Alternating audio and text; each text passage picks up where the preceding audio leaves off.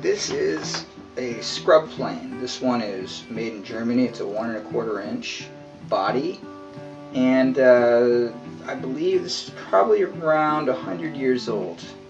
To get it into shape, I had to true the sole to make sure that was completely flat.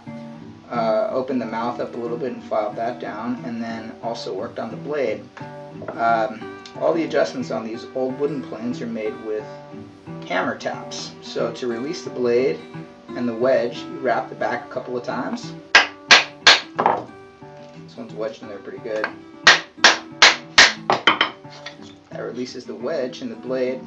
The blade, you can see, is cambered with about a 3-inch radius. That's to aid in hogging off a lot of material at once. A lot of tear out. But this is known as a thicknessing plane. It drastically takes stock down to thickness. So if this were a 3-inch thick board and we needed to get it down to 2 inches, this would be your go-to plane, and then you'd finish up with a jack plane and then a tri-plane or a joiner plane. So to get this in, this goes bevel side down. Drop that in.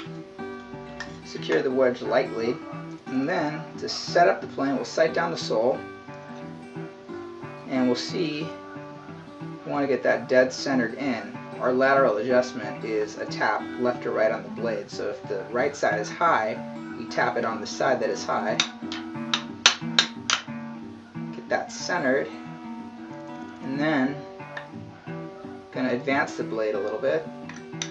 Light taps. Actually set that back, and then secure the wedge in. Now let's take it for a run and see how it performs.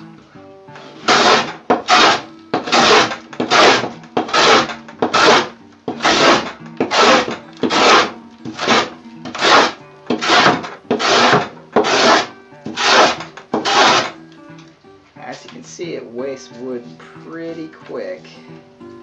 Gotta watch for tear out along these edges.